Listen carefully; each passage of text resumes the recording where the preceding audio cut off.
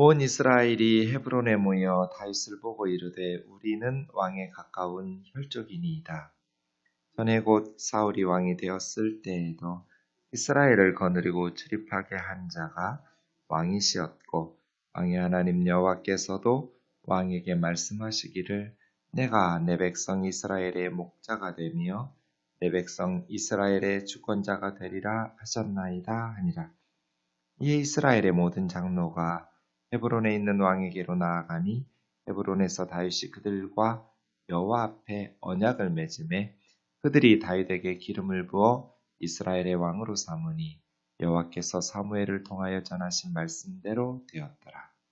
다윗이 온 이스라엘과 더불어 예루살렘 곧 여부스에 이르니 여부스 땅의 주민들이 거기에 거주하였더라. 여부스 원주민이 다윗에게 이르기를 내가 이리로 들어오지 못하리라 하나 다윗이 시온산 성을 빼앗았으니 이는 다윗성이더라. 다윗이 이르되 먼저 여부스 사람을 치는 자는 우두머리와 지휘관으로 삼으리라 하였더니 수르야의 아들 요압이 먼저 올라갔으므로 우두머리가 되었고 다윗이 그 산성에 살았으므로 우리가 다윗성이라 불렀으며 다윗이 밀로에서부터 두루 성을 쌓았고 그 성의 나머지는 요압이 중수하였더라. 만군의 여호와께서 함께 계시니 다윗이 점점 강성하여 가니라.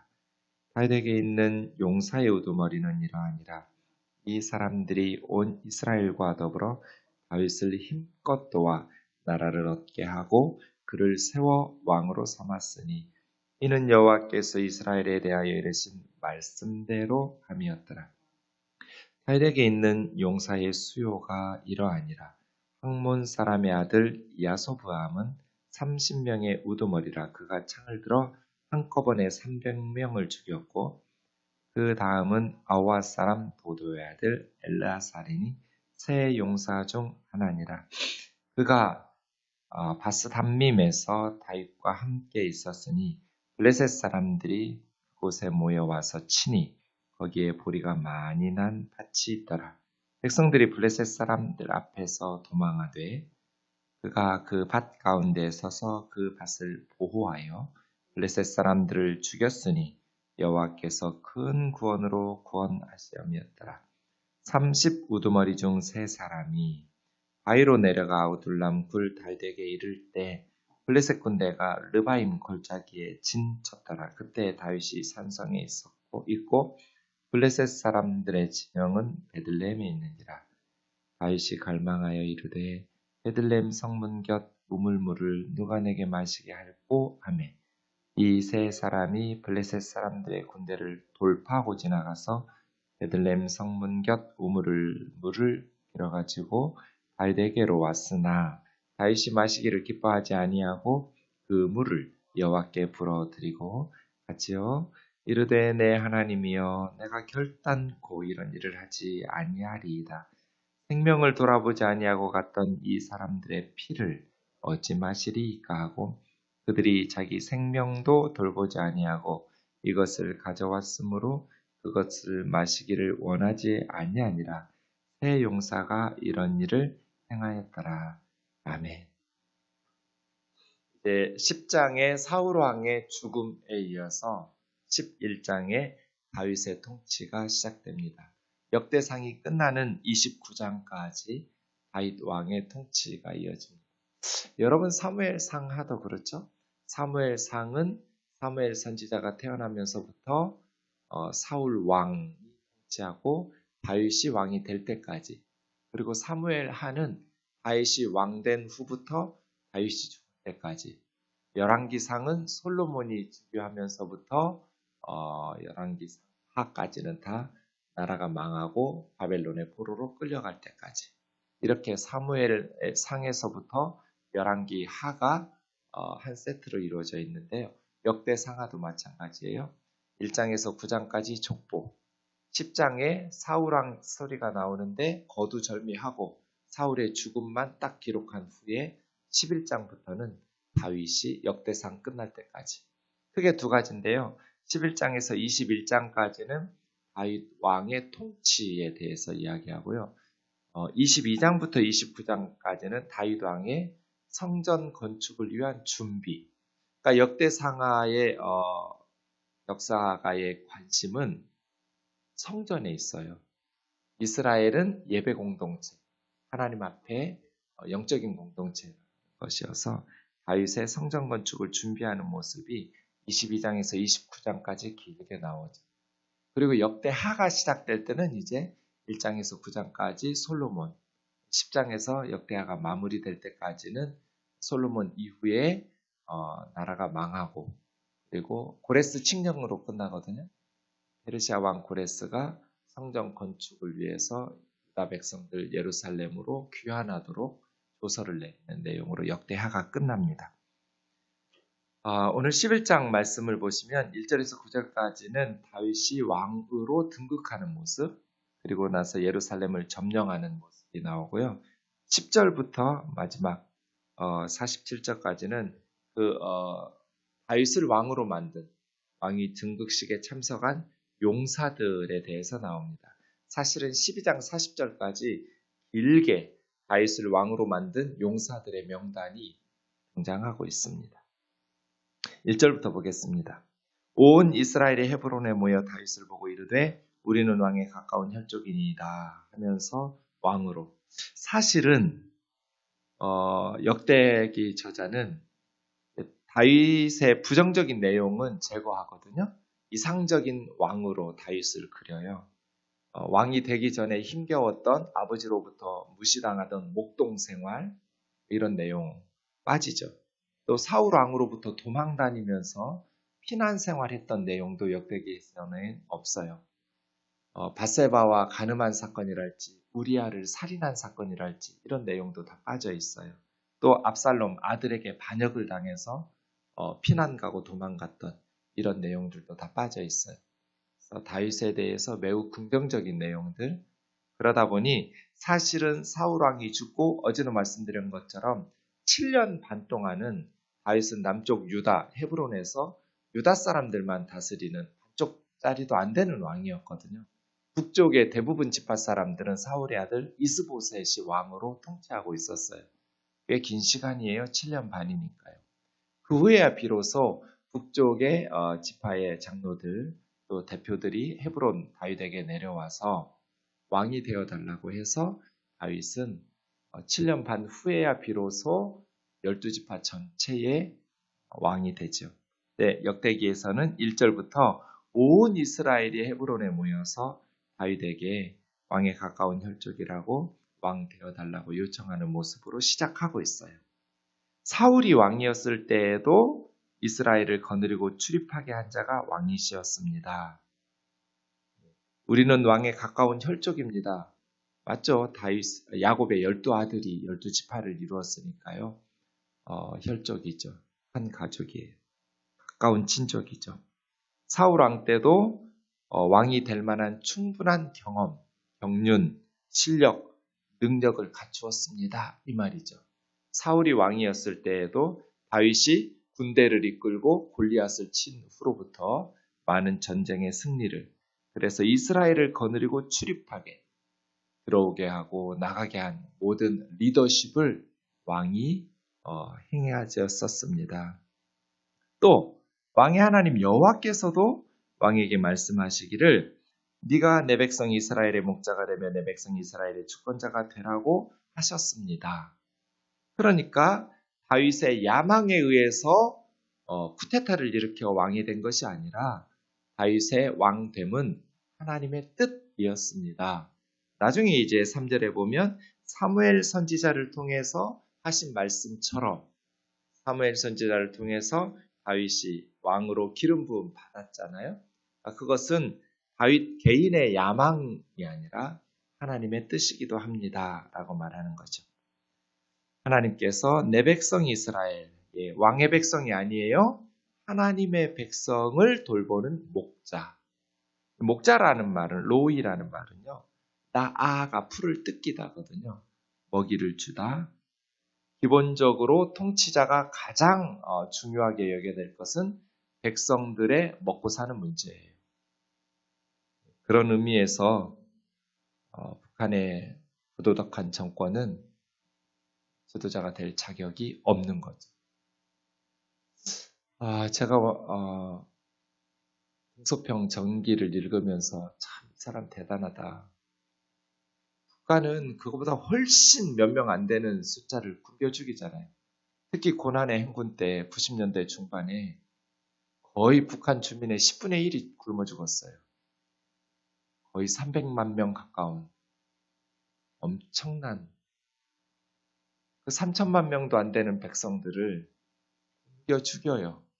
그러면서도 자기 정권의 유지를 위해서 백성들을 먹여 살려야 돼. 이 목자 이게 먹이는 거거든요. 풀을 뜯겨서 양떼들을 먹이는 자예요. 목자는. 백성들을 굶겨 죽이는데 등소평은 덩샤오핑 세계에서 가장 많은 인구들을 먹여 살리느라 굶겨 죽이지 않았어요. 목자죠. 자기 개인의 쾌락이나 권력을 맛보는 그러한 방탕한 삶이 아니라 노심초사 백성들을 굶주림에서 돌보는 것. 목자죠. 목회자들이 교우들을, 성도들을 그 삶을 잘 살아갈 수 있도록 먹이고 돌보는 것. 맹수로부터 보호하고 교리적으로나 모든 면에 있어서 말이에요. 특별히 성도들의 살림살이를, 가정을 평안하게 잘 돌볼 수 있도록 먹이는 것, 먹여 살리는 것. 이게 정치 지도자든지 종교 지도자들이든지 관심을 가져야죠. 왜냐하면 하나님의 백성입니다. 하나님의 백성을 돌보도록 하나님께 부탁받았으니까. 목자이어야 된다. 그리고 내 백성 이스라엘의 주권자, 나기드라는 이 말은 통치자, 우두머리, 왕 그런 뜻이죠. 리더가 리더십을 발휘하지 못하면 리더십이라는 말이 좀 특이하죠. 쉽이 배잖아요. 배. 배를 이끌어가는 사람. 리더십이죠. 근데 리더가 리더 역할, 주권자 역할을 못하면 배가 산으로 가요. 가장이 가정 역할을 해야 돼요. 가장 역할을 하라는 것은 독재자가 되라는 게 아니에요. 목자가 돼야죠. 구성원들을 잘 먹이고 돌보는 목자여야 돼요. 근데 목자가 된다고 해서 다 구성원들 뜻대로 이래도 좋고 저래도 좋고 리더가 아니에요. 배가 산으로 가도록 방치하는 것은. 주권자가 돼야죠. 항구로 가도록 리더십을 발휘해야죠. 이 배를 잘 목적지로 표류하지 않고 이끄는 것이 리더의 역할이죠. 리더는 두 가지 해야 돼요. 첫째는 목자가 돼야 된다. 양떼들 잡아먹는 독재자가 되면 안 된다. 그러나 리더는 또 무책임하게 자기 역할을 방임하면 안 된다. 주권자가 돼서 배가 산으로 가지 않도록 공동체가 방향 없이 흔들리지 않도록 하나님께서 주신 항구를 향해서 나아가도록 이끌어야죠. 리더가 주의해야 될 두 가지. 독재자가 되지 말 것, 목자가 될 것. 방치하고 공동체를 무책임하게 배가 표류하도록 산으로 가도록 방치하지 말 것. 분명한 목적지로 가도록 리더십을 발휘해서 이스라엘의 주권자가 되라. 이게 다윗에게 하나님께서 하신 말씀입니다. 이스라엘의 모든 장로가 헤브론에 다윗에게 나와서 여호와 앞에서 언약을 맺었어요. 이 언약은 쌍방간의 언약이겠죠. 다윗 입장에서는 내가 선한 왕으로 이스라엘을 잘 이끄는 그러한 백성들을 돌보는 왕이 되겠다고 언약을 맺고, 또 이스라엘 백성들은 만일 왕께서 우리를 하나님의 뜻대로 선하게 돌보시면, 나라를 이끄시면 우리는 충성을 다하겠다고 다윗과 백성의 대표인 모든 장로들이 쌍방간의 언약을 체결한 것이죠. 이 언약이 깨지면 어떻게 되겠어요? 왕들이 선하게 백성을 이끌겠다는 약속을 저버리며 백성들도 다윗 왕조를 배반하는 거죠.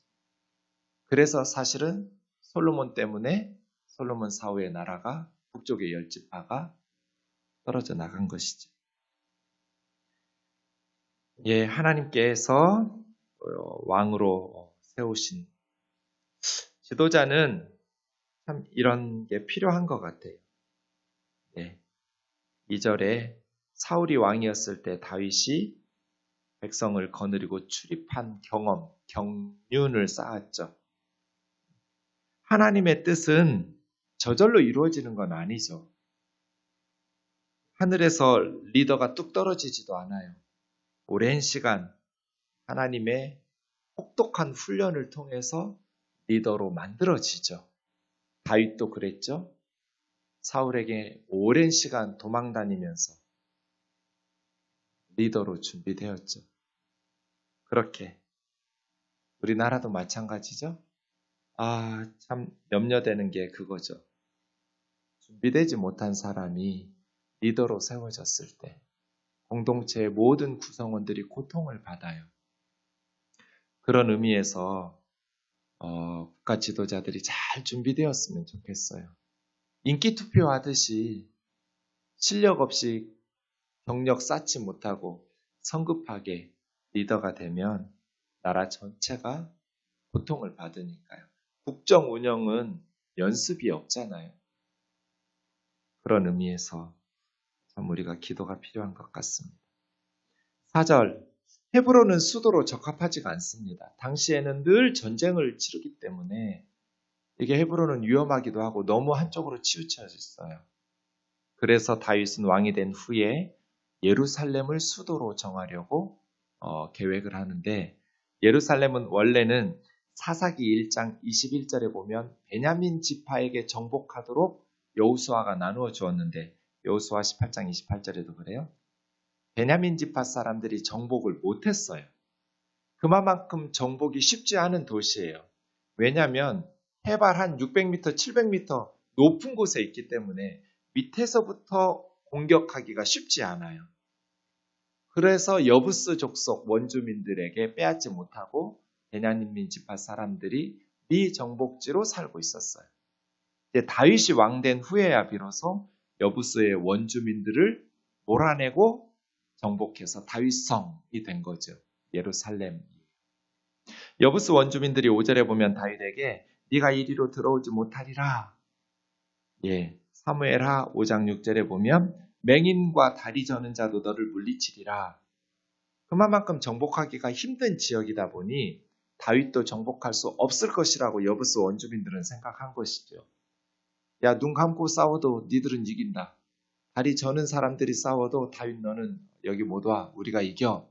이런 식으로 아주 천혜의 자연 조건을 가지고 있는 그러한 도시였어요. 그런데 시온 산성을 빼앗았어요. 그래서 다윗성이라 부르죠. 여부스 사람을 치는 우두머리와 질관으로 맨 먼저 여부스 사람을 치면 그렇게 세우겠다 했더니 스루야의 아들 요압이 먼저 올라갔어요. 스루야는 다윗의 누이니까 요압은 조카죠. 다윗의 조카. 나중에 이제 군대 장관이 돼요. 사실 사무엘서에 보면 요압 잘한 것도 있지만 칭찬도 있지만 부정적인 내용들도 좀 많거든요. 요압은 다윗 왕의 뜻을 거스르고 아브넬과 아마사를 살해했다든지, 그래서 나중에 이제 솔로몬의 군대 장관인 브나야에게 요압은 제거당하죠. 또 솔로몬을 왕으로 세울 때 다윗 왕의 뜻을 묻지 않고 아도니아라는 다윗 아들에게 왕으로 세우려고 했다든지, 요압에 대한 어떤 부정적인 내용들도 많은데 역대기에는 그렇지 않아요.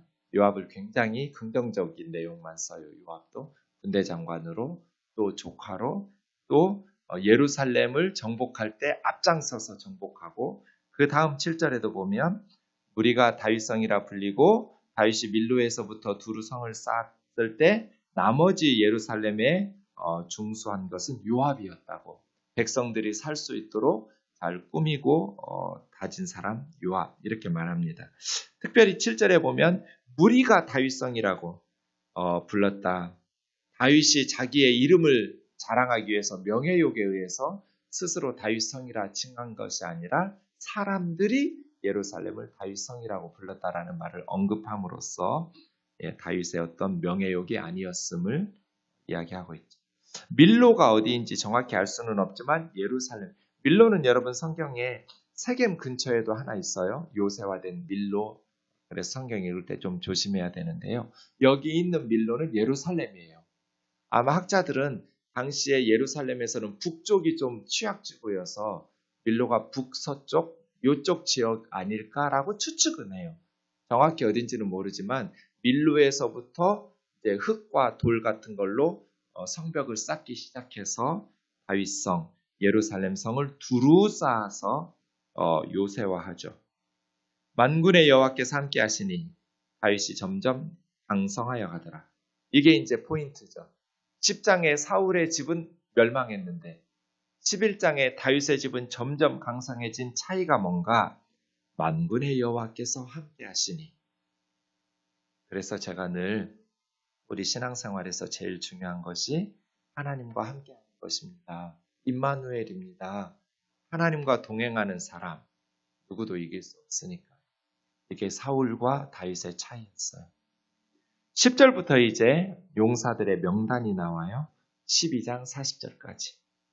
다윗을 왕으로 만든 사람들, 많은 용사들이 나오죠. 왕은 혼자 나라를 이끌고 다스릴 수 없어요. 리더 혼자 뭘 하겠어요? 함께 할 수 있는 충성된 동료들이 있어야죠. 교회도 마찬가지, 나라도 마찬가지죠. 아무리 훌륭한 사람이라 할지라도 리더 한 사람이 공동체를 이끌 수는 없어요. 다윗도 마찬가지예요. 그래서 용사들의 명단을 쓰죠. 그들은 다윗을 힘껏 도와 나라를 얻게 하고 그를 세워 왕으로 삼았으니 헌신적으로 다윗을 도와서 다윗을 왕으로 만든 사람들이죠. 여호와께서 이스라엘에 대하여 이르신 말씀대로 그렇게 하나님의 뜻이 다윗을 통해서 이루어지려면 다윗을 돕는 사람들이 필요해요. 리더를 통해서 하나님의 뜻이 성취되는데 그 리더를 돕는 사람들이 필요하죠. 네, 그런 의미에서 이 명단들이 빠질 수 없는 것이죠. 첫 번째 사람이 야소브암이라는 사람인데요. 창을 들어서 한꺼번에 300명을 죽였던 세 사람이 나와요. 다윗의 최측근 세 사람이. 근데 첫 번째 세 사람이 있고 두 번째 세 사람이 있어요. 두 번째 세 사람은 아마샤, 아비세. 나머지 한 명의 이름은 나와 있지 않은 세 사람이 있고요. 첫 번째 세 사람은 여기 야소브암, 엘르아살, 삼갈 이렇게 세 사람이에요. 야소브암이라는 사람은 시글락에서부터 합류한 사람이고요. 엘르아살은 베냐민 지파 사람이고요. 그렇게 다윗이 왕 되기 전에 다윗과 함께 고락을 함께 했던 목숨 걸고 다윗과 함께 싸웠던 야소브암 그리고 엘르아살. 특별히 엘르아살은 보리가 많이 난 곳에 이제 추수 때가 되니까 블레셋 사람들이 쳐들어와서 백성들이 블레셋 사람들 앞에서 도망할 때 그 보리밭을 지키고 보호하면서 블레셋 사람들을 죽였으니 여호와께서 큰 구원으로 엘르아살과 다윗의 군대를 도우셨기 때문이죠. 15절에 보면 또 아둘람 굴 다윗에 있을 때 블레셋 군대가 르바임 골짜기에 진을 쳤는데 다윗이 자기 고향이잖아요. 태어나고 자라났던 베들레헴. 17절에 베들레헴 성문 곁 우물물을 누가 내게 마시게 할꼬. 그 우물물 한 잔 시원하게 들이켰으면 좋겠다. 이렇게 얘기를 한 거예요. 리더는 함부로 말하면 안 돼요. 이렇게 말을 했더니 다윗에게 의논도 안 하고 세 사람이 블레셋 군대를 돌파하고 베들레헴 성문 곁에 있는 우물물을 길어가지고 다윗에게 가져온 거예요. 그때 다윗이 그 물을 마시지 않고 하나님 앞에 쏟아 부었어요. 내 하나님이여, 내가 결단코 이런 일을 하지 않을 겁니다. 자신들의 생명을 돌아보지 않고 갔던 이 사람들의 피, 이건 물이 아니라 피입니다. 모세 율법에 의하면 피를 마시면 안 되잖아요. 내가 어떻게 자기 생명을 걸고 블레셋 군대를 뚫고 가서 베들레헴 성문 곁에 있는 우물물을 떠온 이 물을 마실 수 있겠습니까? 하면서 자기도 마시지 않고 그 물을 쏟아 부어버리죠. 그건 내 부하들의 피다. 부하들의 헌신, 그러한 생명을 소중히 여기는, 그래서 다윗에게 많은 리더들이 모인 거죠. 왜? 리더인 다윗이 부하들을 소중히 여기니까. 자기 혼자만 잘난 리더가 있어요. 함께 동역하는 일꾼들을 종부리듯 하는, 무시하는, 존중하지 않고 소중히 여기지 않는, 모든 걸 자기 혼자 독식하면서 누리고. 다윗은 그러지 않았어요. 시원하게 마시고 싶었지만 쏟아붓는. 어찌 보면 다윗이 좀 철없는 소리 한 거죠. 부주의한 말 한마디도 리더는 조심해야죠. 네, 그런 의미에서 다윗이 참 멋진 리더였다. 내 목숨을 걸고 이런 리더라면 함께 나라를 위해서 미래를 도모하는 일에 기꺼이 힘껏 도와야겠다. 자기들의 어떤 권력욕에 의해서 이 사람 왕 되면 내가 한 자리 차지해야지, 이런 마음이 아니라 목숨을 걸고 다윗과 함께 나라를 이루려고 했던 수많은 사람들의 명단이지. 기도하겠습니다. 사랑하는 하나님 아버지, 리더가 얼마나 중요한지 리더에 따라서 공동체가 완전히 달라집니다. 교회도 그렇고 나라도 그렇습니다. 하나님, 우리에게 좋은 리더들을 세워 주옵소서.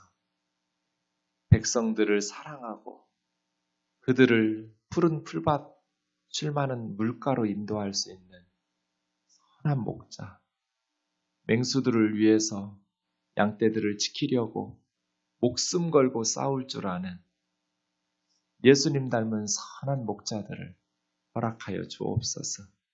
공동체를 방임하지 않고 게으르지 않고 하나님께서 명하신 항구로 잘 이끌어갈 수 있는 리더십을 발휘하는 그러한 지도력을 허락하여 주옵소서. 동료들을 소중히 여겨서 이건 물이 아니라 피라고 성도들의 희생과 헌신을 가볍게 여기지 않는, 성도들이 수고하여 드린 헌금을 소중하게 여기고 고맙게 여기고 그 헌신과 수고를 헛되이 돌리지 않는 그러한 리더들이 되게 하여 주시옵소서. 이 백성들에게 예수님 닮은 다윗과 같은 좋은 리더들을 허락하여 주옵소서. 예수님의 이름으로 기도하옵나이다. 아멘.